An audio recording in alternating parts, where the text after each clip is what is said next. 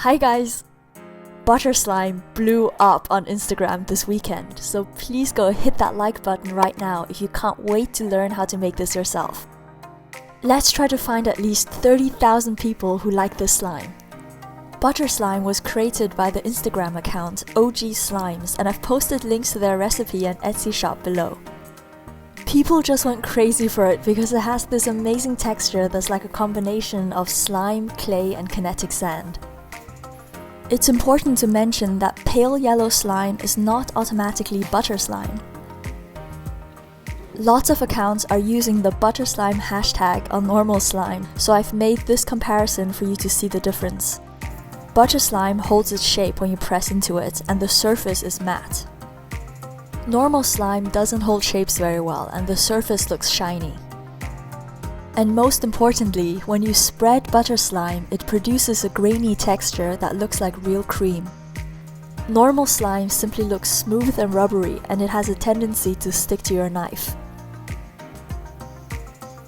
The secret to making butter slime is mixing normal slime with air-dry clay. OG Slimes uses a yellow Daiso clay, and other Instagrammers use Crayola Model Magic. However, these brands aren't available in every country, including Austria, which is where I live. So I really wanted to create a version that doesn't need any pre-made clay as an ingredient. My theory was to combine recipes for OOBLECK, which is a cornstarch based slime, with DIY cold porcelain air dry clay. You can see how many attempts that took me here.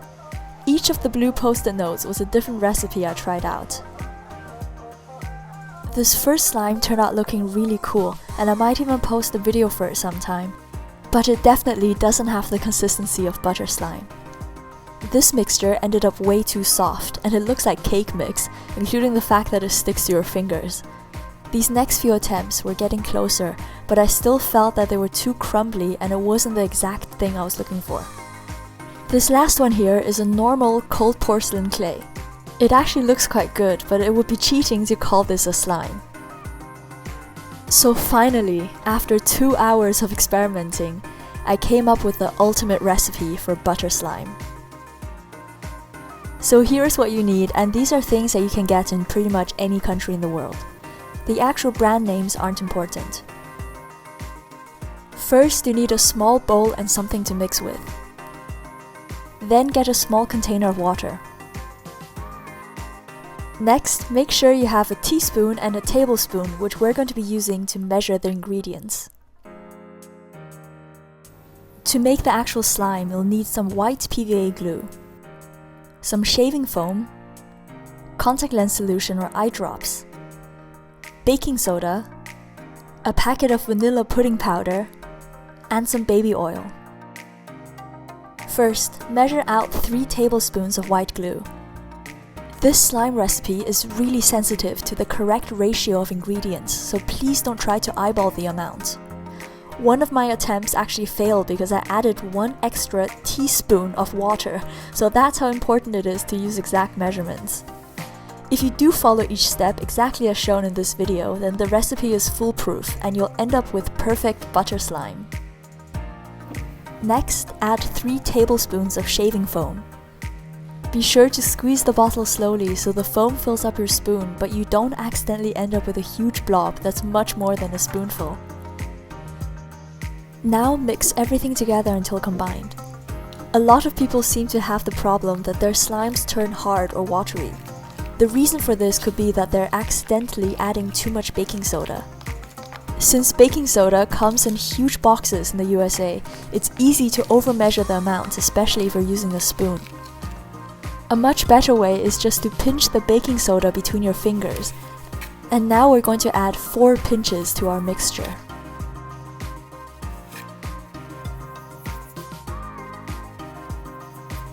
Next, add 3 teaspoons of water and stir everything together. I know exactly what you're thinking right now, and unfortunately this is not a hollow spoon.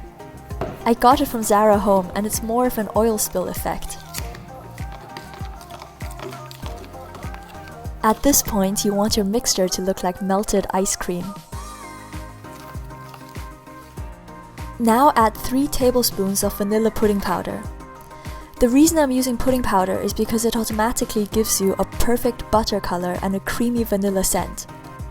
However, if you don't want to use this, then you can also use 3 tablespoons of cornstarch and yellow food coloring instead.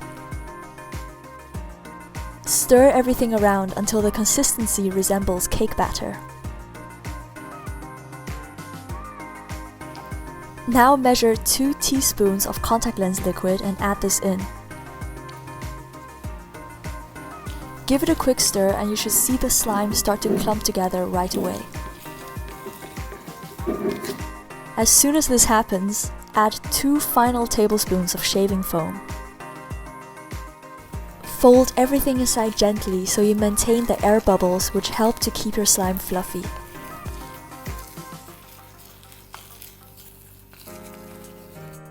As the final step, add 1 teaspoon of baby oil.